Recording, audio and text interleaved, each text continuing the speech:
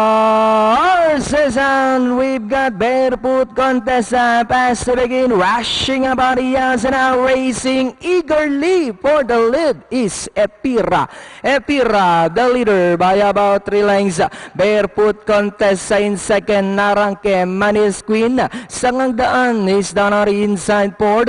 Racing in 6th position belongs to Arithmetic, and a long way back to Dark Sequence, Seeds of Wisdom, Chip of Stop, and Europa.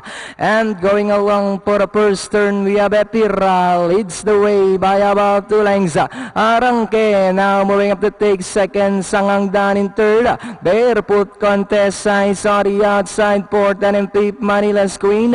Then followed by Arithmetic, Dark Sequence, Europa, Chip of Stop, and Seeds of Wisdom. And still Epira by about 3 for Balenga. Arangke still in second, and in third now is Barefoot contest. Sangang Daan in fourth, moving up by the now is Manila's Queen to take board.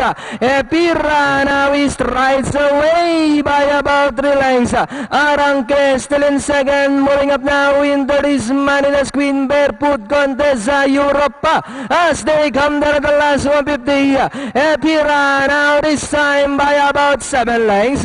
Manila's Queen now in second, Arangke, Europa, and nearing the finish line, it's all number 10, Epira. Second, Manila's Queen, close, Chip of Stop, Europa, then comes Arangke, Barefoot contest for your Super 6. Pang-anim si Barefoot contest.